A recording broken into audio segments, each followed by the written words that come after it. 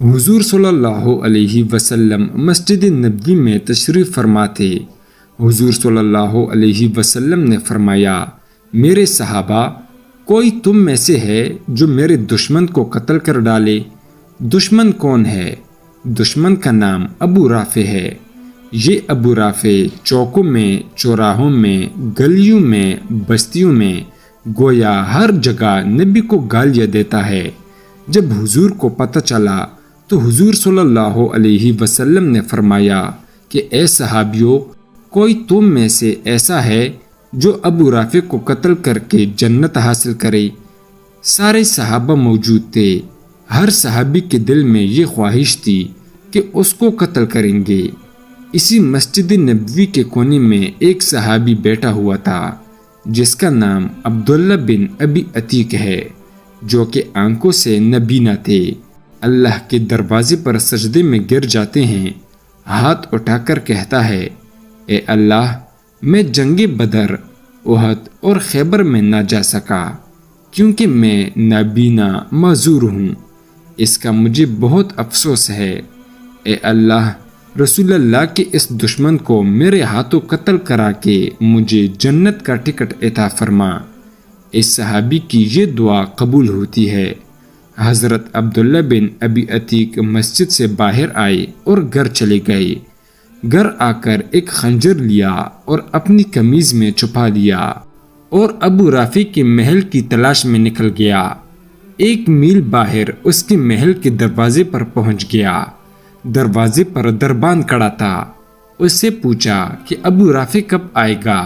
میں اس سے ملنا چاہتا ہوں۔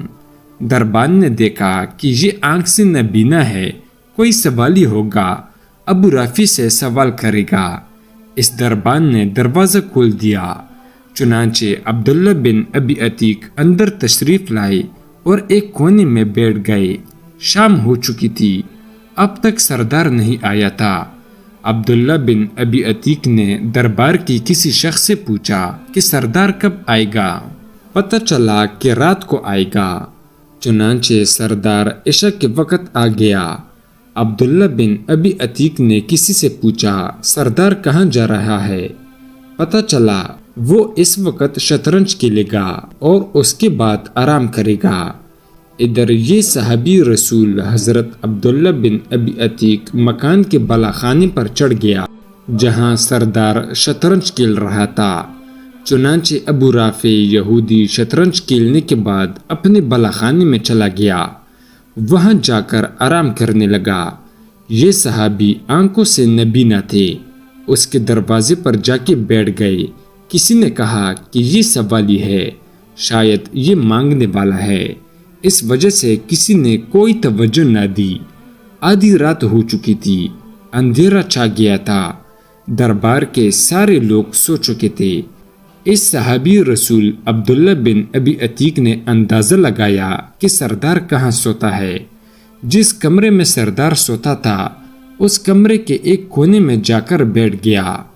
تھوڑی دیر بعد جب خراٹوں کی آواز آئی تو اس صحابی رسول نے خنجر قمیص کے نیچے سے نکالا جہاں سے خراٹوں کی آواز آ رہی تھی، بسم اللہ پڑھا اور خنجر اس کی سینے میں پیوست کر دیا۔ ابو رافع یہودی کی ایک چیخ نکلی تو دوسرا وار کیا، پھر تیسرا وار کیا۔ خون بہتا ہوا اس کے قریب آ گیا۔ اس نے سوچا کہ اب یہ مر چکا ہے، اس لیے خون بہہ رہا ہے۔ اس کو قتل کرنے کے بعد عبداللہ بن ابی عتیق بالاخانے سے باہر آیا اور محل کی دیوار کے اوپر چڑھ کر بیٹھ گیا۔ دل میں خیال آیا کہ شاید نبی کا دشمن زندہ ہو اور یہ زندہ بچ گیا تو مجھے جنت نہیں ملے گی۔ اب یہ دیوار پر اس نیت کی وجہ سے بیٹھ گئے کہ جب تک محل سے آواز نہ آئے کہ ابو رافع قتل ہو چکا ہے اس وقت تک میں نیچے چھلانگ نہیں لگاؤں گا۔ آدھی رات کا وقت ہے کہ ایک آدمی نے تہجد کے وقت اعلان کیا، اوے لوگو، ہمارا سردار ابی رافع قتل ہو چکا ہے۔ جب عبداللہ بن ابی عتیق نے یہ خبر سنی تو اسی وقت چھلانگ لگا دی، جس وجہ سے ان کا پاؤں ٹوٹ گیا لیکن ٹوٹی ہوئی ٹانگ کے ساتھ یہ صحابی رسول مدینہ کی طرف چلا، آہستہ آہستہ مدینہ میں پہنچ گیا۔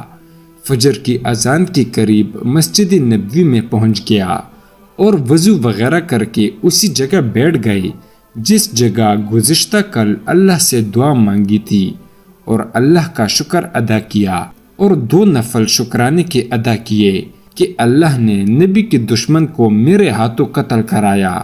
صحابی رسول نے نماز باجماعت کے ساتھ پڑھی۔ نماز کے بعد رسول اللہ صلی اللہ علیہ وسلم مصلی پر بیٹھے ہیں۔ پیغمبر کو کسی نے نہیں بتایا کہ ابو رافع نے یہودی کو قتل کر دیا ہے۔ تھوڑی دیر گزری تھی کہ آسمانوں سے جبرائیل امین پیغمبر پر وحی لے کر آئے اور فرمایا، اے اللہ کے نبی، آج رات آپ کا دشمن قتل کر دیا گیا ہے۔ حضور نے پوچھا، کس نے قتل کیا؟ بتایا گیا کہ وہ کونے میں جو نابینا صحابی عبداللہ بن ابی عتیق بیٹھے ہیں، اس نے دشمن کو قتل کر کے جنت حاصل کر لی ہے۔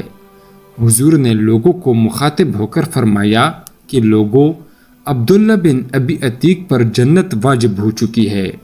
حضور صلی اللہ علیہ وسلم نے عبداللہ بن ابی عتیق کو بلایا۔ جب عبداللہ آ گئے تو حضور نے پوچھا، اے عبداللہ، تو نے قتل کیا ہے؟ فرمایا، اے اللہ کے نبی، میری دعا قبول ہوئی ہے۔ فرمایا، یا رسول اللہ، میری ٹانگ ٹوٹ گئی ہے۔ حضور نے فرمایا، ٹانگ قریب کرو۔ حضور نے اپنا لاب نبوت عبداللہ بن ابی عتیق کی ٹانگ پر لگا دیا اور ٹانگ بالکل صحیح ہو گئی۔ عبداللہ بن ابی عتیق کہتے ہیں کہ جب میری ٹانگ پر نبی کا لعاب لگا تو ٹانگ ایسی ہو گئی کہ جیسے کبھی ٹوٹی ہی نہیں تھی۔ حاصل، بے شک جو انسان نیکی کا کام اخلاص سے کرتا ہے تو اللہ کی مدد بھی اس کے ساتھ ہوتی ہے، جیسا کہ اس واقعے سے ہمیں سبق ملتا ہے۔ اللہ تعالی ہمیں بھی دین کی سمجھ عطا فرمائے، آمین یا رب العالمین۔